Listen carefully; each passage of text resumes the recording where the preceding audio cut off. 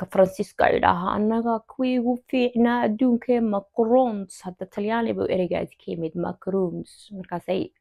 Faransiiseeyeen oo ay macaron ka dhigeen oo bahalada yaryar gaaban ee kalarada kala duwan iminka